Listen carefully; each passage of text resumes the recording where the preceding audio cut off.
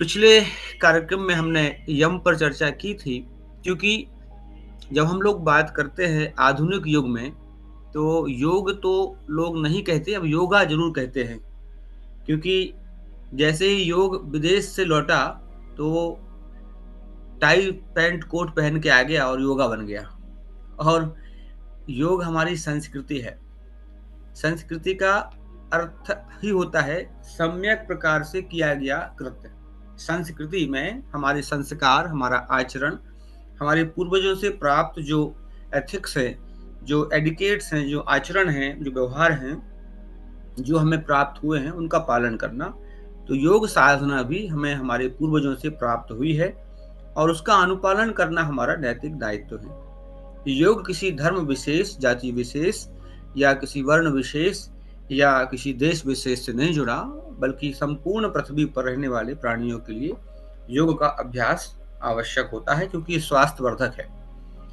इसीलिए योग आसनों में आप देखते होंगे बहुत सारे ऐसे आसन हैं जहाँ पर बिल्ली, कुत्ता और घोड़े, ऐसे बहुत सारे मुद्राएं, आसनों के नाम हैं जो पशु पक्षियों के नाम पर रखे गए हैं, अर्थात उनसे लिए गए हैं। 84 लाख प्रकार की योनियों में से बहुत सारे आसनों को चुना गया है और ये देखा गया है कि इन प्राणियों के जैसे मुद्रा आसन करने पर हमें वो स्वास्थ्य को लाभ मिलता है। इसलिए हमें संपूर्ण प्राणी को योगाभ्यास करना चाहिए। बात जब आई थी पिछली बार योग की, तो लोग योगा कहते हैं या योग कहते हैं और योग में सिर्फ वो अभ्यास समझते हैं, आसन को और प्राणायाम। लेकिन बंधुओं, आप सभी जानते हैं, चूंकि महर्षि पतंजलि कृत जो योग दर्शन है, जिसको पतंजल योग सूत्र कहते हैं, 195 सूत्रों में बटा हुआ, जिसके अंतर्गत 4 अध्याय हैं। पहला अध्याय समाधि पाद है, दूसरा साधन पाद है, तीसरा विभूति पाद और चौथा कैवल्य पाद। तो इन चारों अध्यायों में महर्षि पतंजलि ने 3 मार्ग बताए हैं, उत्तम साधकों के लिए, मध्यम साधकों के लिए, और जो प्राथमिक साधक हैं उसको हम अधम नहीं कहेंगे या निम्न नहीं कहेंगे, बल्कि हम प्राथमिक कहेंगे। जो प्राथमिक स्तर के साधक हैं उनके लिए तो ऐसे 3 तरह के मार्ग महर्षि पतंजलि ने बतलाए हुए हैं। आपको आश्चर्य होगा दुबे जी, प्राथमिक स्तर के साधकों के लिए ही महर्षि पतंजलि ने अष्टांग योग बताया हुआ है।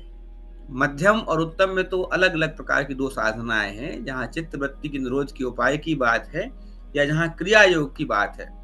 लेकिन प्राथमिक स्तर के अभ्यासी के लिए अष्टांग योग का वर्णन किया गया है और अष्टांग योग में 8 प्रकार के अंगों का समावेश या एक ऐसी चरणबद्ध प्रक्रिया है जिसका पालन किए बिना आप अपने लक्ष्य को प्राप्त नहीं कर सकते। अर्थात केवल आसन और प्राणायाम इत्यादि क्रियाएं करने से आप मन को एकाग्र नहीं कर सकते, क्योंकि महर्षि पतंजलि का जो अष्टांग योग है वह अशुद्धियों के नाश के लिए है। कहा गया है योगांग अनुष्ठान अशुद्धि क्षय, अशुद्धियों का नाश हो और ज्ञान दीप्ति बड़े, प्रदीप्त हो और विवेक ख्याति प्राप्त हो।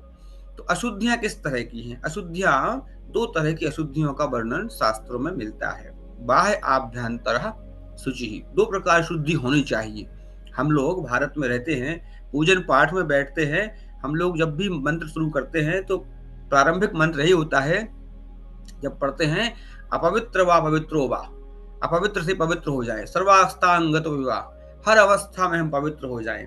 यह स्मृत पुंडरीकाक्ष, और पुंडरीकाक्ष का स्मरण करते हुए साह वाह आभ्यंतरः शुचि, अर्थात बाहर से और भीतर से शुद्धि होनी चाहिए। तो यहाँ बाहर और भीतर का अर्थ है स्थूल शरीर और सूक्ष्म शरीर, क्योंकि हमारी संस्कृति में शरीर एक नहीं कहा गया है।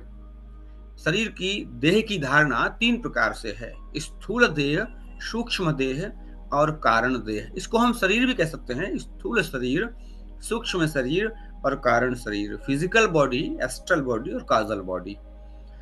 और जब व्यक्ति मृत्यु को प्राप्त होता है तो उसका स्थूल शरीर से छेद हो जाता है, टूट जाता है और सूक्ष्म शरीर कारण शरीर के साथ गंतव्य को निकल जाता है। ऐसी हिंदू माइथोलॉजिकल कॉन्सेप्ट है, इसको बहुत लोग मानते हैं, बहुत लोग नहीं भी मानते। हम उसमें नहीं जाएंगे, हम शुद्धि की बात कर रहे थे। शुद्धि में प्रारंभ होता है यम नियम से, क्योंकि यम नियम ही मानसिक शुद्धि का जरिया है। कहते हैं, कबीरदास का एक भजन भी है शायद, जिसमें कहते हैं आप शरीर को धो के, नहा के और बढ़िया स्प्रे-विस्प्रे लगा के, सेंट-वेंट लगा के मंदिर पहुँच जाते हैं और मन में गंदगी है, मन में विचार में अशुद्धि है, तो आपका शरीर से बाहर का धोया हुआ कोई भी अर्थपूर्ण नहीं है, अर्थविहीन है। अर्थात मानसिक शुद्धि भी आवश्यक है। तो शारीरिक और मानसिक शुद्धि के लिए यम नियम का पालन प्रारंभ होता है और यमों से जो हमारे पर्सनल एट्रीब्यूट्स हैं, हमारे जो पर्सनल क्लीनिंग है, वो हमारी प्रारंभ होती है और सोशल क्लीनिंग, 2 तरह की क्लीनिंग शारीरिक, मानसिक होती है, जिसमें हम यम की चर्चा पिछली बार कर रहे थे। यम से हम सोशल क्लींजिंग करते हैं और नियम से हम पर्सनल क्लींजिंग करते हैं। तो यम में पिछली बार हम लोगों ने जो 5 यम की चर्चा हुई थी, उसमें हम 2 यम को ही विस्तारित कर पाए थे और तीसरे यम पर हम लोग चर्चा कर रहे थे। अहिंसा, सत्य, अस्तेय, ब्रह्मचर्य, परिग्रह, यमः, ये 5 तरह के यम हैं। अहिंसा की बात पिछली बार हो गई थी। अहिंसा, हिंसा, एक थोड़ा-सा पृष्ठभूमि को आगे लेते हुए, जो हिंसा ना की जाए किसी प्रकार की, मनसा वाचा कर्मणा, किसी प्राणी मात्र को भी परेशान ना किया जाए, दुःख या कष्ट ना पहुँचाया जाए, क्लेश ना पहुँचाया जाए, उसको अहिंसा कहते हैं। इसी प्रकार सत्य की बात की थी। सत्य पर बहुत सारी बात हुई थी उस दिन, सत्य पर काफ़ी सारी व्याख्या हुई थी और सत्य ऐसा विषय है जिस विषय पर चर्चा की जाए तो 1, 2, 4 लेक्चर नहीं बल्कि एक सीरीज भी कम पड़ जाएगी। तो सत्य भाषण करना चाहिए और सत्य भाषण करना हमारा नहीं, संपूर्ण प्राणी मात्र का ही धर्म है। जो देखा है उसको वैसे ही व्यक्त करना, बल्कि ना कि अपने आप उसको कुछ मसाला लगा के कहना। और सत्य क्या है? सत्य के विषय में बहुत सारी भारतीय सनातन संस्कृति की परंपराएं हैं। ब्रह्म सत्यम जगन मिथ्या, जो दिख रहा है वो सत्य नहीं है, जो नहीं दिख रहा है वो सत्य, ऐसे बहुत सारे कॉन्सेप्ट हैं। पर सत्य में ये जानना चाहिए कि सत्य को हम जैसे चेतन को जड़ से नहीं पकड़ सकते हैं, इसी प्रकार से सत्य को जानने के लिए पहले शुद्धिकरण की आवश्यकता है। क्या हमारी स्थिति राग द्वेष से मुक्त है? हमारा किसी भी प्राणी के प्रति किसी प्रकार का राग या द्वेष नहीं है, तभी जाके हम उस सत्य को पकड़ सकते हैं। अगर हमारा किसी के प्रति राग है, तो अगर व्यक्ति झूठ भी बोल रहा होगा, तो हम चूंकि उससे राग रखते हैं, संबंध अपना प्रेम रखते हैं, तो उसकी गलतियां, उसकी त्रुटियां, उसके अपराध भी हम क्षम्य कर देते हैं, माफ कर देते हैं, या उसको हम झुठला देते हैं कि नहीं ये झूठ है, ये बात गलत है।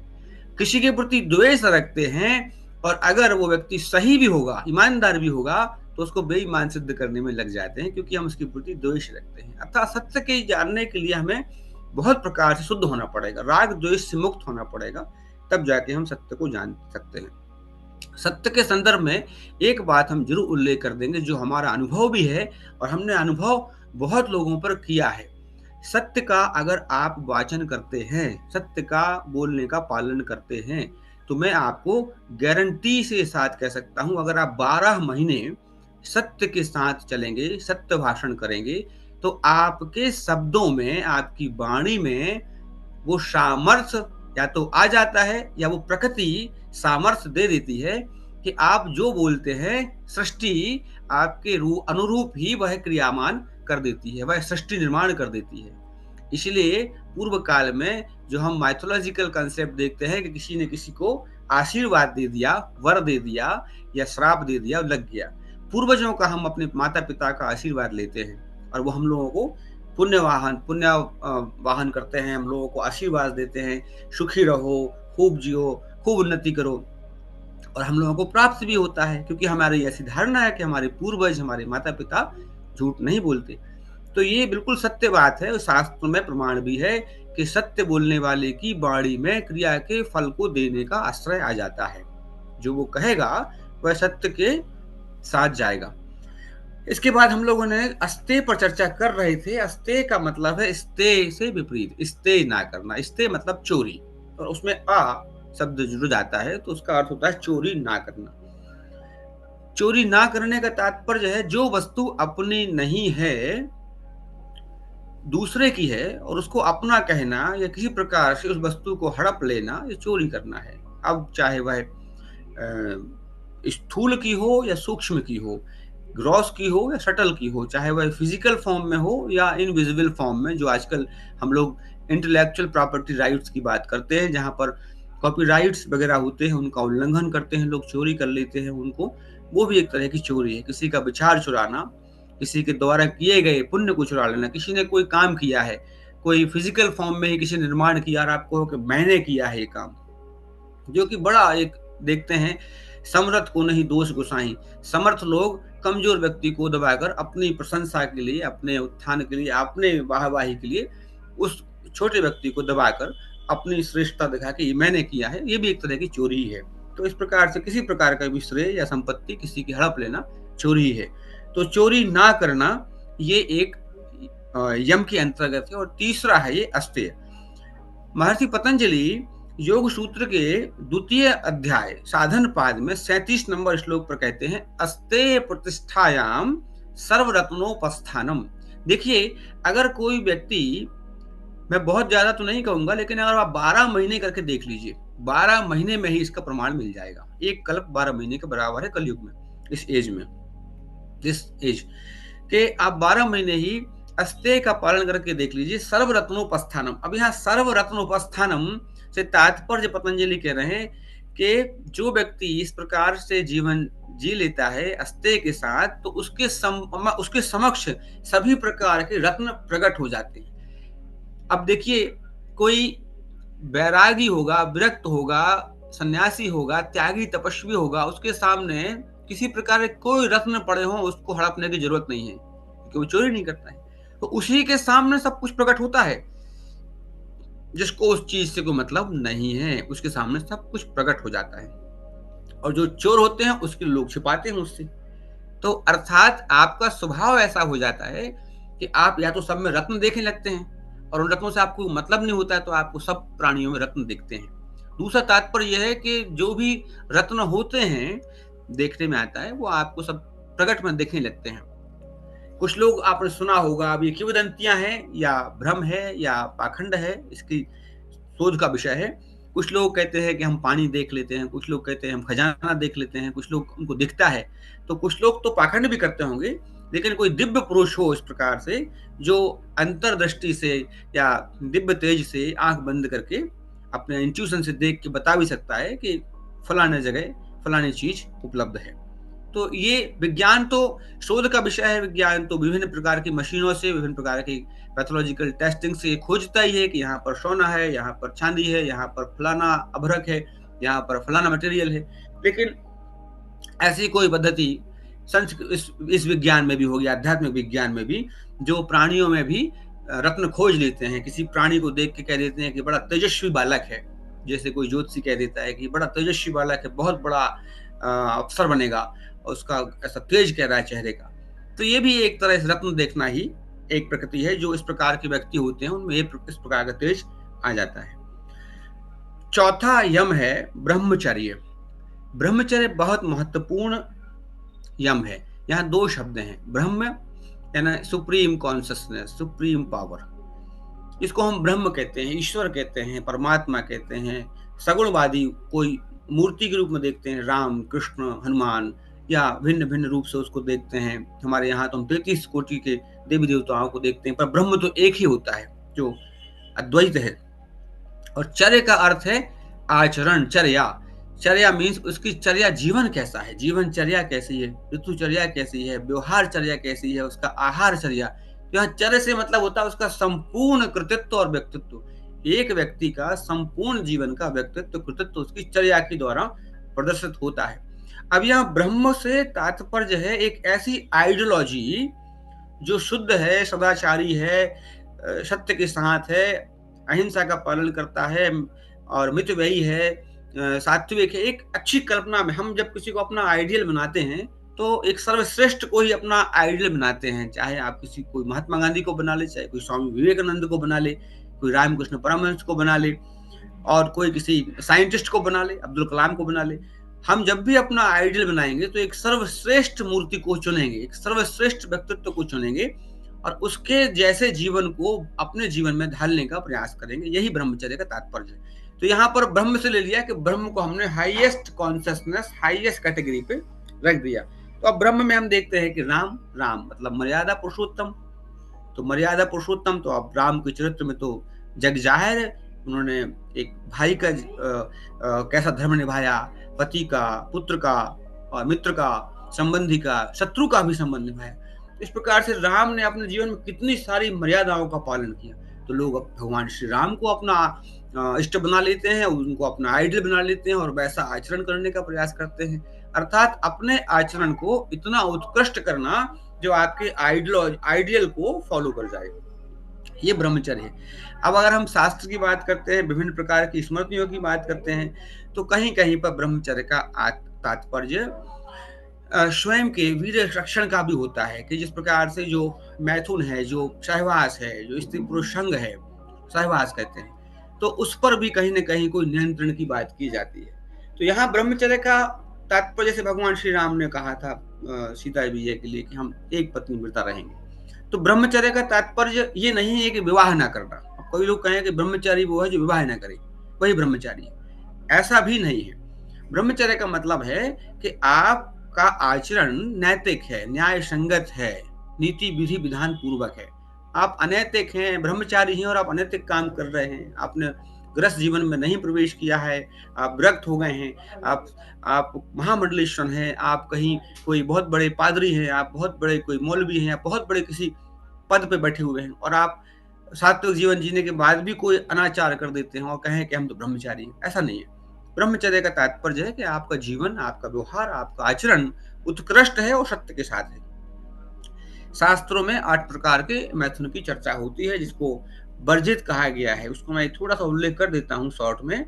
कामना पूर्ण भावना से कामने आदि विषयों का स्मरण करना अथवा उनकी कथा का वर्णन करना, कामने आदि के साथ किलोल, लालसा भरे भावों को देखना, एकांत अलाप, भोग की प्राप्ति का संकल्प, तदर्थ अध्यवसाय, क्रिया निष्पत्ति का भाव। ऐसे बहुत सारे 8 प्रकार के अष्टमैथुन की चर्चा होती है।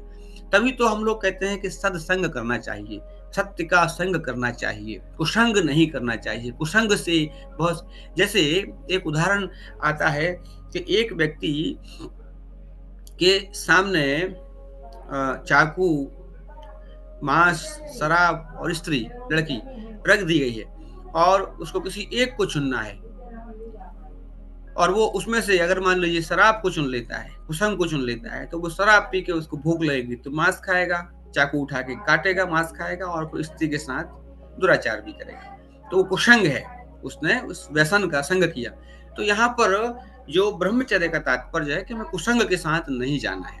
अब उसमें आप जो अश्लील साहित्य है या ऐसे अभद्र व्यवहार है उसको निर्वहन करते हैं जो लोग, जीते हैं पीठ पीछे। क्योंकि कहते हैं ब्रह्मचर्य एकांत में जो कितना होता है देखा जाता है।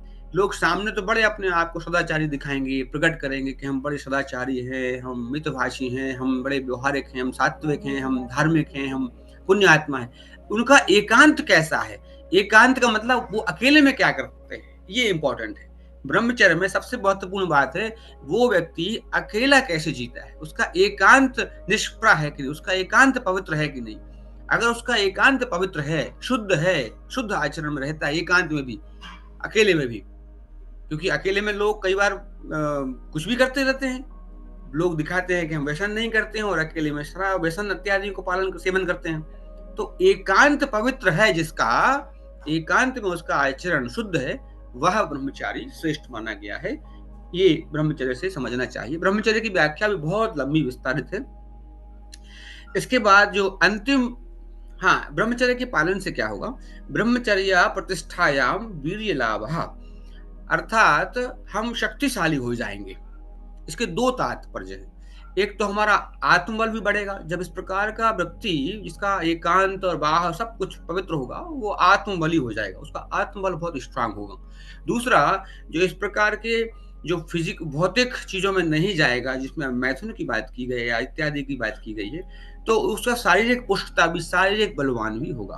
तो यहाँ वीर लाभ का अर्थ केवल फिजिकल स्टेमिना से नहीं है, यहाँ पर उसकी मानसिक और मनोबल, बुद्धिबल, आत्मबल की बात भी सामने आती है। इसके बाद जो अंतिम यम है, बहुत महत्वपूर्ण यम है, अपरिग्रह। अपरिग्रह में भी 2 शब्द हैं, परिग्रह और अपरिग्रह। परिग्रह का मतलब होता है बहुत कुछ समेटना, एकत्रित करना। मनुष्य की वृत्ति है लो लेते रहो। मनुष्य की वृत्ति क्या, सभी की वृत्ति यही है प्राणी की, कि वो लेता ही रहता है और लेने में मनुष्य क्या देवताओं भी लेते रहते हैं, हालाँकि देवताओं को देने का काम दिया गया है, पर देवता देने के साथ आपसे आवाहन भी करते हैं, उनको आप आहुति देंगे तब वो आपको लौटाएँगे। तो मनुष्य की तो और ये वृत्ति है कि वो देना नहीं चाहता, बस लेना चाहता है, लेते रहो, लेते रहो। तो परिग्रह हम लोग हमारे पास 2 जोड़ी जूते से काम चल जाता है, पर आप देखेंगे तो आपकी अलमारी में 10 जोड़ी कपड़े पड़े होंगे, 10 जोड़ी स्वेटर पड़े होंगे, 10 जोड़ी जूते पड़े हों मतलब बेमतलब अनावश्यक वस्तुओं का संग्रह करना और उनका उपभोग नहीं करना, ये अपरिग्रह कहलाता है या आवश्यकता से अधिक द्रव्यों का, पदार्थों का, वस्तुओं का आप संग्रह करते हैं, उसका उपभोग भी नहीं करते हैं ठीक से, वह परिग्रह कहलाता है। तो हमें परिग्रह से बचना चाहिए, अपरिग्रह करना चाहिए। जो नितांत जीवन के लिए आवश्यक वस्तुएँ, पदार्थ, विषय हैं, उनका सेवन इसलिए करना है, शरीर माध्यम खलु धर्म साधनम। कहते हैं इस शरीर के माध्यम से ही आप अपने जीवन यात्रा को पूर्ण कर सकते हैं। तो इस शरीर के लिए क्या आवश्यक है? आपको 2 वक़्त समय अनुसार भोजन मिले, कपड़ा पहनते हैं तो कपड़ा मिले, आप अगर जूते पहनते हैं, चप्पल पहनते हैं, आपके शरीर में जो आवश्यकता है, फल चाहिए है, दूध चाहिए है, दवाई चाहिए, जो आवश्यकता इस शरीर में लगती है, वो चाहिए। मन को क्या चाहिए? शुद्ध विचार चाहिए, शुद्ध अच्छा संग चाहिए, अच्छी वृत्ति चाहिए। तो वो जो आचरण है, वो जो संग्रह है, वो अपरिग्रह के अंतर्गत ही आता है। वो परिग्रह नहीं है। आप त्यागी हैं, तपस्वी हैं और आपके यहाँ खजाना टिका हुआ है, बैंक बैलेंस टिका हुआ है, तो ये परिग्रह है। ये परिग्रह नहीं है, क्योंकि आप त्यागी हैं, तपस्वी हैं। अब कोई गृहस्थ है और गृहस्थ है तो उसके परिवार है, सारे लोग हैं, तो उसके पालन-पोषण के लिए जो नितांत आवश्यक वस्तुओं का संग्रह उसको करना है, भविष्य को देखते हुए वो करता है। बंदर है, बंदर कोई चीज़ का परिग्रह नहीं करता है या पशु-पक्षी देखिए आप, कोई वो अपरिग्रही है, वो परिग्रह नहीं करते। उनको चिंता नहीं है मकान बनाने की, स्टोर बनाने की कि आपको अनाज रखना है, सामान रखना है। वो निष्फ़िक्र रहते हैं और अपना सुबह उठते हैं और भोजन करते हैं और सो जाते हैं। तो मनुष्य के लिए चूँकि मनुष्य में थोड़ा बुद्धि विवेक, अपनी चिंता करता है भविष्य के लिए तो वो कर सकता है। तो वो कितना जो आवश्यक वस्तुएँ हैं, आवश्यक संग्रह योग्य चीज़ें हैं उनको करना है और बाकी चीज़ों को ये छोड़ देना चाहिए कि आपके द्वारा जो चीज़ उपयोगी नहीं है, वो दूसरे के काम आएगी। यदि आप सक्षम हैं तो उस चीज़ को दान कर दीजिए, लोगों को प्रोवाइड कर दीजिए, उपलब्ध करा दीजिए और नहीं तो उसको मत संग्रह कीजिए। ऐसा समय भी आता है कि कई बार स्टोरेज में बहुत सारा अनाज पड़ा रहता है और कहीं-कहीं अकाल पड़ जाता है। तो ये उसी परिग्रह का ही प्रमाण है। तो हम लोगों को अपरिग्रह करना चाहिए। अपरिग्रह बहुत अच्छा संकल्प है। आजकल की युवा पीढ़ी जो है वो तो नहीं करती है, उसको तो हर चीज़ का परिग्रह करना है, लेकिन कोशिश करना चाहिए कि हमें आने वाली भावी संतति को ये यमों का पालन सिखाना चाहिए। महर्षि पतंजलि योग सूत्र के दूसरे अध्याय के 39वें श्लोक में लिखते हैं परिग्रहस्थर्य जन्म कथनता संबोधा, अर्थात जो व्यक्ति अपरिग्रह साधना को निरंतर करता है, जीवन पर्यंत करता है, आप प्रयोग करके देख लीजिए, उसको उसके अंदर एक काबिलियत क्वालिटी आ जाएगी, जन्म कथनता संबोधा। जन्म माने उसके जीवन की कथाएँ, जन्म उसके कितने जन्म हो चुके हैं। अगर आप पूर्व पुनर्जन्म को मानते हैं तो और नहीं मानते हैं तो। अगर आप मानते हैं तो आप देखेंगे कि जो अपरिग्रह का पालन करते हैं उनको अपने जन्म-जन्मांतर की कथाएँ याद आ जाती हैं। पूर्व के जन्म हो, चाहे आगे होने वाली यात्रा हो। अपने के अलावा भी आप दूसरे लोगों के जन्म के संबंध में भी जान सकते हैं। जैसे कोई दिव्य तेज कोई नागा साधु या कोई बड़ा दिव्य पुरुष बैठा हुआ है, चमत्कार करते हैं लोग। दिखाते हैं, हालाँकि मेरा मानना है चमत्कार ना दिखाना चाहिए, ना करना चाहिए। चमत्कार या विभूतियाँ इस प्रकार की सिद्धियाँ प्रदर्शन करने से क्षय हो जाती हैं, क्षीण हो जाती हैं, नष्ट हो जाती हैं और आपकी साधना का बल खत्म हो जाता है। जो आपने तपस्या की है वो खत्म हो जाती है। फिर भी यहाँ बताना चाहूँगा कि जो अपरिग्रह का पालन करेंगे, वो अपने बारे में तो जान ही सकते, दूसरे का वो जाने ना बताएँ, पर वो जान सकते हैं कि वो क्या थे या उनके साथ आगे क्या होने वाला है या पूर्व जन्म में उनके साथ क्या है। जन्म कथाओं की संबोध माने सम्यक प्रकार का बोध उसके मस्तिष्क में आ जाता है कि वो किस जन्म में पहले था, उसके पीछे क्या-क्या योनियों में क्या-क्या उसने जीवन यात्रा की है। तो इस प्रकार से ये 5 यम जो है अहिंसा, सत्य, अस्तेय, ब्रह्मचर्य, अपरिग्रह और महर्षि पतंजलि कहते हैं इन पाँचों यम को पालन कैसे करना है? जाति देश काल समय अनवच्छिन्नः सार्वभौमा महाव्रतम। लोग व्रत करते हैं, एकादशी का, गुरुवार का, रविवार का, तिथियों का, पूर्णिमा का। पतंजलि कहते हैं कि अगर कोई यम का पालन इन 4 आधार पे कर ले, 5 आधार 4 आधार पे कर ले, समय, जाति, देश, काल और समय, और बिना टूटे इन चारों आधारों पर, इन 4 5 स्तंभों का, यम के आधारों का पालन कर लेता है, तो ये महाव्रत बन जाते हैं। व्रत नहीं, महाव्रत। कौन-कौन से वो 4 आधार हैं? जाति। जाति का तात्पर्य है कि वह व्यक्ति किसी भी प्राणी मात्र के प्रति जो हिंसा या द्वेष या राग या जो यमों के अंतर्गत बात आती है, उनको नहीं करेगा। जाति पर वो कोई चीज़ लागू नहीं करेगा। किसी भी प्रकार की योनि के प्रति, किसी प्रकार के पशु, पक्षी, प्राणी, वनस्पति, किसी से हिंसा, द्वेष नहीं करेगा। इसके बाद है देश। देश का मतलब है स्थान। अब उसमें आप तीर्थ कर लें, हरिद्वार, अयोध्या, वृंदावन और अन्य जो पुरियाँ हैं, जगन्नाथपुरी, अन्य पुरियाँ या अन्य तीर्थ, पर यहाँ देश का मतलब है वह स्थान। किसी भी स्थान पर वह इन 5 यमों का पालन करेगा। ऐसा नहीं करेगा कि वो कहेगा कि हम तो केवल भई हम मदिरा पान या मांस का सेवन तीर्थ में नहीं करते। और कहाँ करते हो? बोले हम होटल में तो कर लेते हैं। ये नहीं। अगर वो यम का पालन कर रहा है तो वो किसी भी जगह पर होगा, किसी भी देश का मतलब किसी भी स्थान में होगा, उसको 5 यम का पालन सख्ती के साथ, निष्ठा के साथ करना होगा। इसके बाद है काल। यहाँ काल से तात्पर्य है तिथियां, चतुर्दशी, पूर्णिमा, अमावस्या इत्यादि। तो कई लोग तिथियों के अनुरूप अपना व्यवहार बदल देते हैं। वो कहते हैं कि हम आज अमावस्या है तो हम इसका चीज का सेवन नहीं करेंगे, या हम ये चीज नहीं करेंगे, या हम वो चीज। तो यहाँ कहा गया है किसी भी तिथि में अगर यम बाधा बन रहा है तो यम का पालन पहले कीजिए, तिथि को छोड़ दीजिए। यम का पालन करना है, किसी भी तिथि में हो, उसको काल से शब्द से कहा। और समय द्वारा संकुचन। समय, अब समय का तात्पर्य है किसी विशेष समय में, विशेष नियम में, विशेष प्रयोजन में कोई समय आ जाता है और आपको लगता है कि आपका यम टूट रहा है, तो यम को बचाइए, उस समय को छोड़ दीजिए। विशेष परिस्थिति आ जाती है, मान लीजिए किसी के यहाँ बहुत बड़ा उत्सव है और उसका यम व्रत, कोई तपस्या ले रखी है, उसने कोई व्रत ले रखा है, अब वो टूट रहा है उस उत्सव में, तो उसको यम का पालन करना चाहिए और उत्सव के समय को छोड़ देना चाहिए। उसको अपना यम देखना चाहिए कि हमें यम का पालन करना है। तो इस प्रकार से जब हम जाति, काल, देश और समय, इनमें हम ये पालन करते हैं तो ये 5 यम जो हैं वो महाव्रत बन जाते हैं। और जब इस प्रकार से हम ये पालन करेंगे तो हमारी मानसिक स्तर की शुद्धि हो जाएगी, सामाजिक स्तर की शुद्धि हो जाएगी। ये यम यहाँ पर एक छोटा सा ब्रीफ में हमने संक्षेप में यहाँ इसको पूर्ण कर दिया है। बहुत सारे उपनिषदों का और शास्त्रों का उल्लेख नहीं किया है, इसमें बहुत व्याख्या है। अब अगले सत्र में हम नियम पर जाएंगे। अब आगे मैं दुबे जी को मंच सौंपता हूँ। डॉक्टर साहब, आपने 4 स्तर पर पालन करने बोला था। पहला आपने बोला जाति यानी सभी प्राणियों के प्रति। हाँ। फिर आपने बोला देश यानी सभी स्थानों के में, कहीं भी हैं आप, चाहे तीर्थ स्थल पर हो या घर पर हो या कहीं भी हो। फिर आपने काल बोला, कोई भी तिथि हो, कभी भी। चौथा क्या बोला आपने? समय। काल और समय में क्या अंतर है? नहीं, काल और समय में अंतर है। यहाँ पर देखिए, पतंजलि ने अगर समय को अलग इंगित किया है। यहाँ समय का तात्पर्य है, यहाँ काल नहीं है बल्कि विशेष नियम या विशेष संकेत है। विशेष समय होता है, जैसे कोई उत्सव है, कोई विशेष तिथि है, विशेष कार्यक्रम कर रहे हैं आप, कहते हैं ना आप शादी का समय आ गया है, या आपने कहा कि परीक्षा का समय है, तो यहाँ समय का मतलब है विशेष अवधि।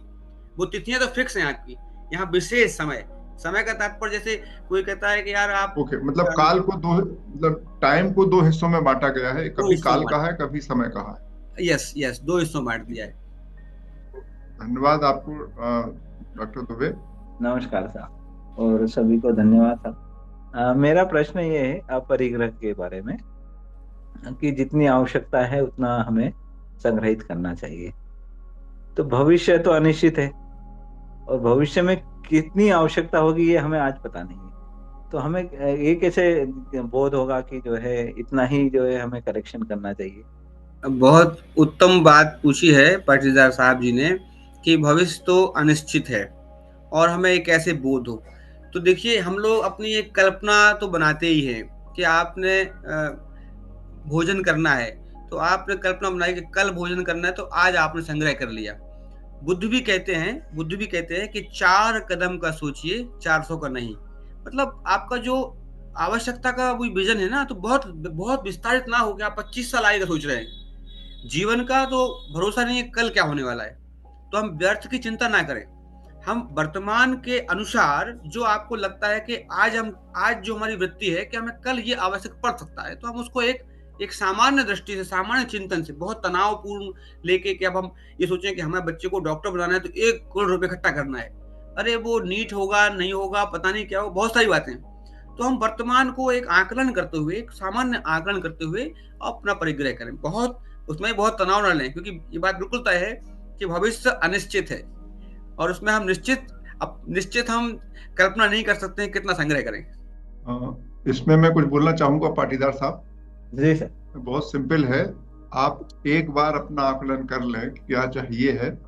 जैसे आपने आकलन किया कि मुझे कार चाहिए और आपने मारुति 800 या स्विफ्ट लेकर आ गए, और थोड़े दिन बाद नया मॉडल आया तो कहने नहीं साहब ये नहीं और दूसरा चाहिए। तो इस तरीके की जो लगातार बदलती हुई प्रवृत्ति है उसको आप समझ लीजिएगा। और जो आपको लगे उस समय परिस्थितियों के, जिस तरीके के परिवार में आप रहते हैं, जिस तरीके की आपके आसपास लोग रहते हैं, सबका मिला जुला कर आपको अपनी आवश्यकताओं का एक बार आकलन कर लेना चाहिए। और जो भी आप आकलन कर लें अपनी बुद्धि से, मेरी बुद्धि से नहीं, अपनी बुद्धि से जो आपको उचित लगे उस सीमा तक आप करिए परिग्रह, और उसके बाद छोड़ दीजिए। अस्थिर मत रखिए उसको कि चाहे जब जो भी होता जा रहा है, बढ़ता जा रहा है, बस वो पॉइंट है उसमें। तो अपरिग्रह आपको खुद को निर्धारित करना है कि किस हद तक आपको रखना है। जैसे दुनिया में हैप्पीनेस के संदर्भ में बात आती है, यूरोप में खासकर होता है कि कितनी इनकम होना चाहिए। तो 2016 में निकला था $80,000 यदि इनकम है परिवार की, तो फिर उसके बाद इनकम बढ़ने से बहुत फर्क नहीं पड़ता। 80,000 से $90,000 हो जाए, क्योंकि आपकी सारी जो भौतिक आवश्यकताएं हैं वो पूरी हो गई हैं। अब आप केवल ये कर सकते हो, 1 शर्ट के बदले में 2 शर्ट खरीद के रख लोगे, लेकिन पूरा हो गया काम। तो इस तरीके की स्थिति है, आप विचार करें। अभी सर ने अस्तेय का मतलब बताया, चोरी ना करना, और किसी के विचार को भी अपना मान करके कहना भी चोरी है, ऐसा उन्होंने बताया। तो सर थोड़ी सी संशय ये थी, जैसे मैं आपको दुबे सर को सुनती हूँ और उनके विचारों को सुन करके, समझ करके और अपने जीवन में उतारने का प्रयास भी करती हूँ, तो क्या ये चोरी कहलाएगा?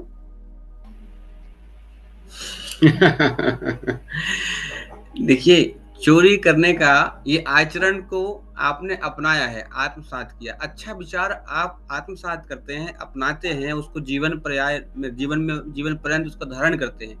ये चोरी करना नहीं होता है।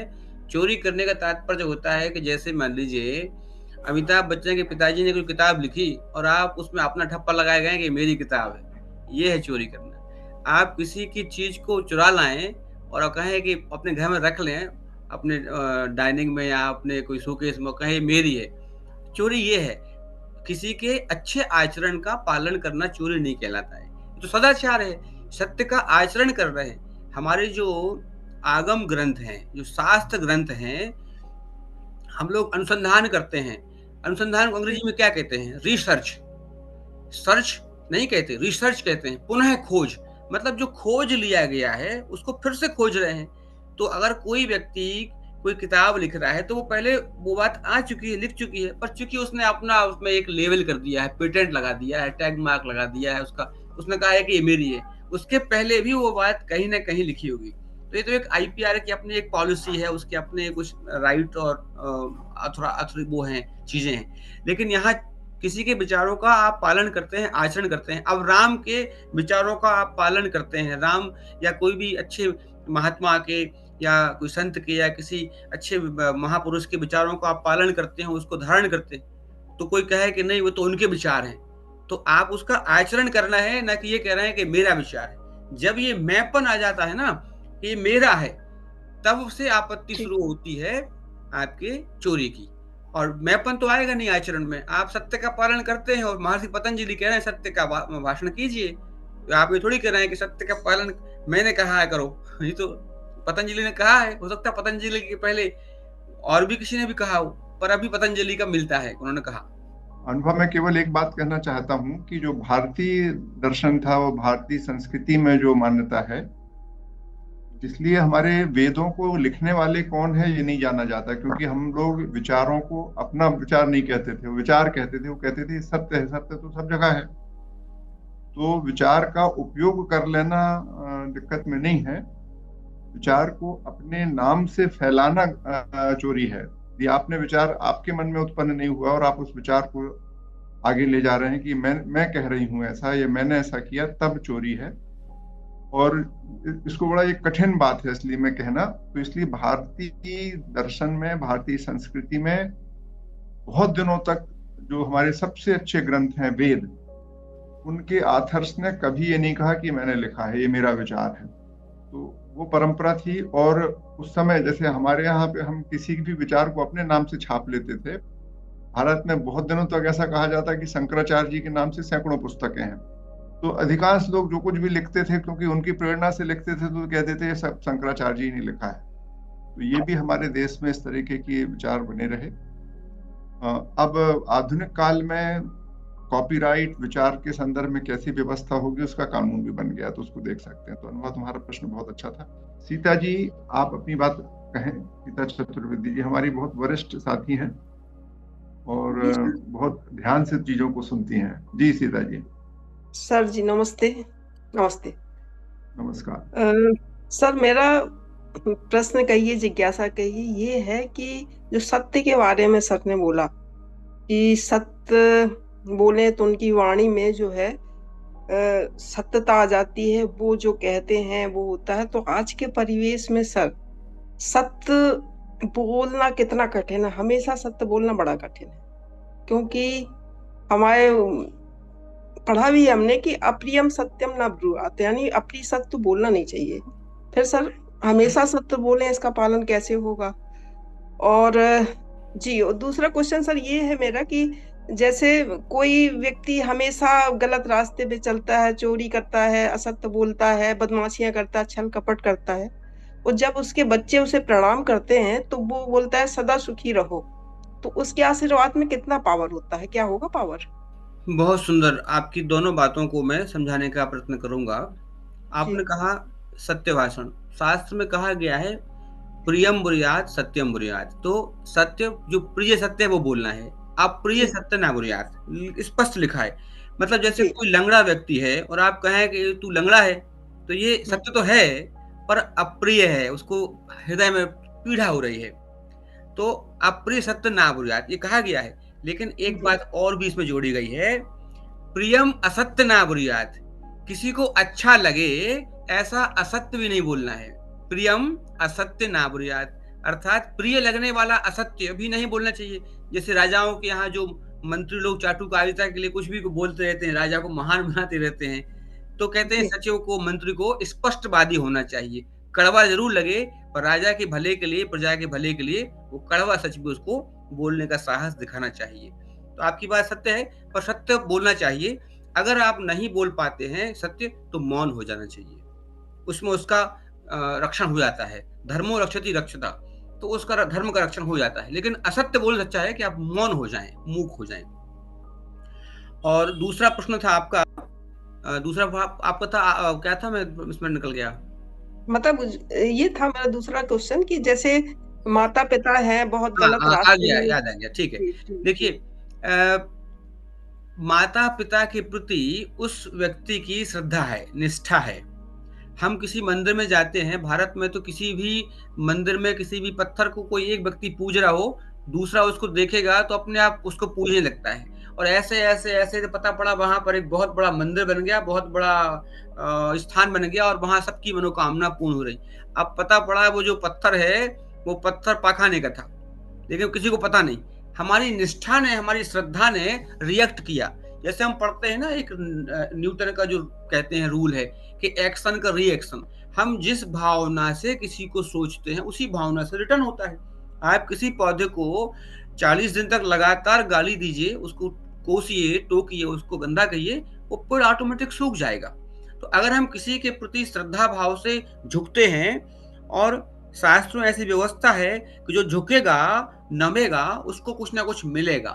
तो जो भी झुकेगा, विनम्र होगा, उसको कुछ ना कुछ प्राप्त हो गया। कहते हैं विद्या ददाति विनयम। अगर कोई विनम्र है तो उसको विद्या तो पहले ही मिल गई। जब उसको विद्या मिल गई तभी विनम्र है, और कोई विनम्र हो जाए तो भी विद्या मिल जाएगी। तो जो झुका, अब जो व्यक्ति उसको आशीर्वचन दे रहा है, वो चूंकि वो उसका आचरण नहीं कर रहा है, तो हमारे यहाँ ये व्यवस्था भी है कि हम दूसरों पर आरोप नहीं लगाते। हम किसी भी व्यक्ति के प्रति, चाहे वो अपराधी हो, कदाचारी हो, अनाचारी हो, महर्षि पतंजलि कहते हैं मैत्रीय करुणा मुदितोपेक्षाणाम सुख दुख पुण्य अपुण्य विषयाणाम भावना तश्चित्त प्रसाधनम। हमें अपुण्य आत्माओं की उपेक्षा कर देनी चाहिए। कोई व्यक्ति पाप कर रहा है, कोई व्यक्ति गलत काम कर रहा है, तो हमें उसकी तरफ ध्यान ही नहीं देना चाहिए। जैसे आप मोबाइल में फोटो खींचते होंगे, अगर आपने गलत क्लिक कर दिया और वो पिक्चर का एंगल बिगड़ गया, हिल गया, और आपने उस कैमरे से उस मोबाइल से फोटो को डिलीट नहीं किया, तो उतनी मेमोरी आपकी वो खराब करता है।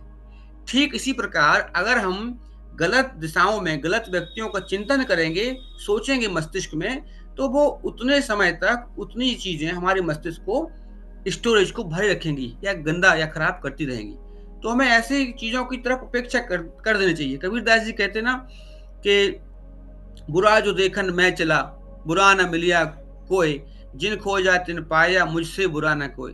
तो हमें दूसरों की देखने के बजाय खुद को देखना चाहिए। जब हम उंगली उठाते हैं तो 3 उंगलियां पहले हमारे ऊपर आ जाती है कि आप अपने आप को कैलकुलेट कीजिए, कंपेयर कीजिए, क्रिटिसाइज कीजिए, फिर आप अगले को कह सकते हैं कि हाँ यू आर रॉन्ग। 3 बार सोचना है।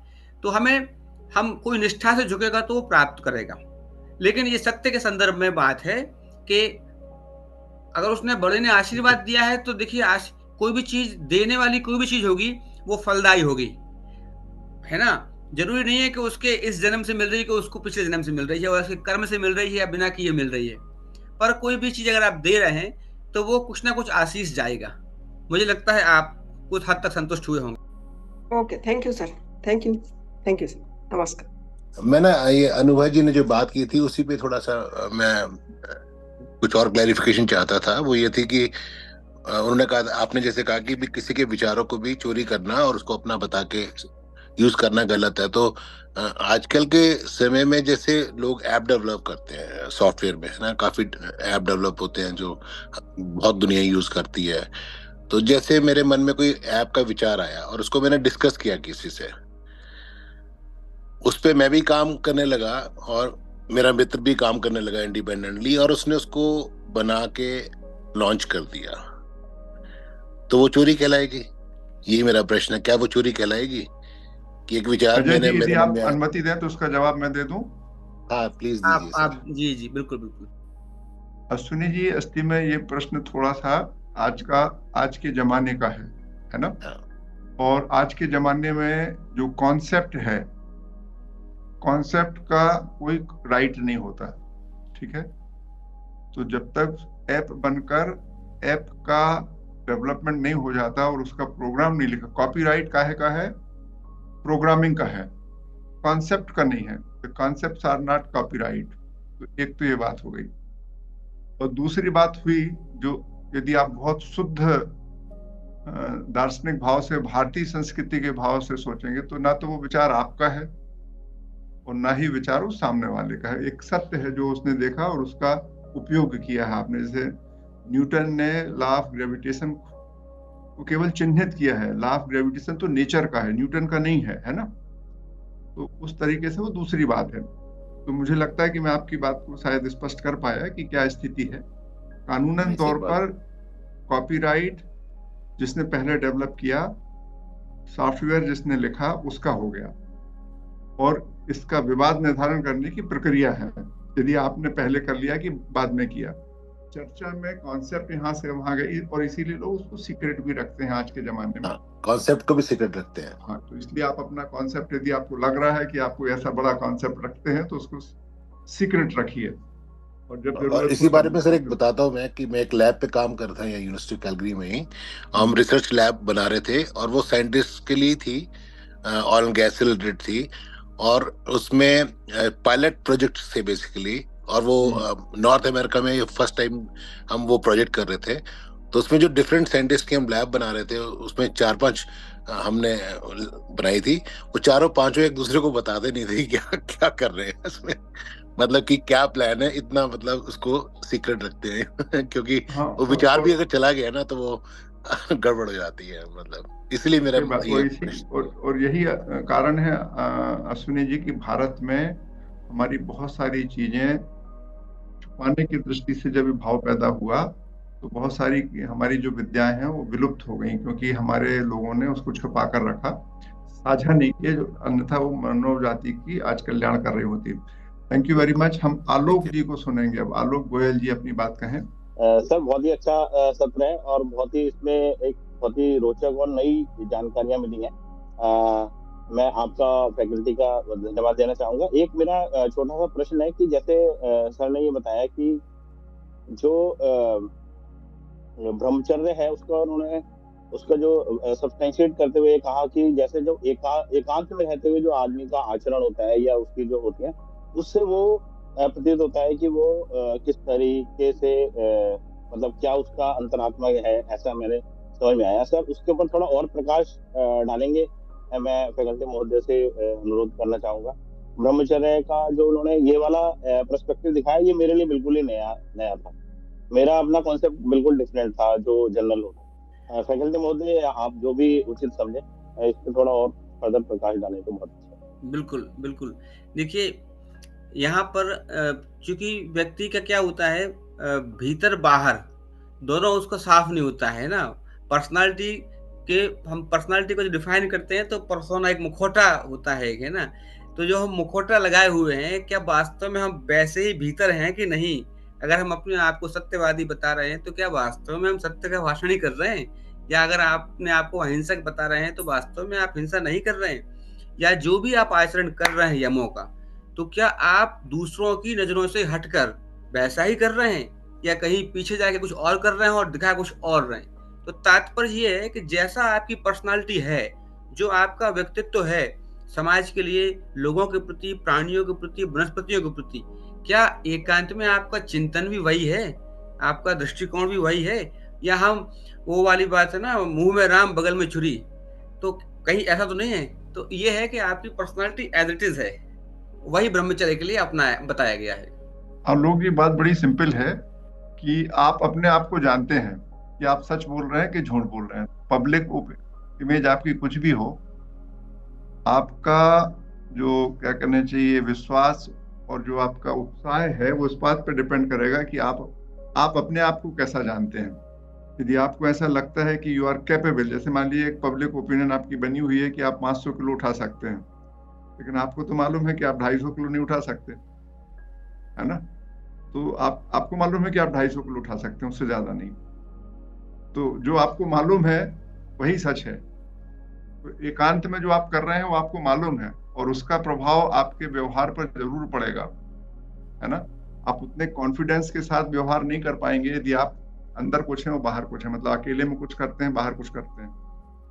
तो इस तरीके की बात है, ये बहुत सिंपल सी है। और वो जो हम लोग गाना सुनते हैं ना, तोरा मन दर्पण कहलाए, तो आप तो सब जानते हो कि आप क्या हो, बाकी ये तो कहानी है। तो थैंक यू वेरी मच। बहुत सुंदर सुंदर लोगों ने प्रश्न किए हैं और अजय दुबे जी ने बहुत ही अच्छे से उनका उत्तर भी दिया है हम सबको। और हम अगले सत्र में नियम पर चर्चा करेंगे।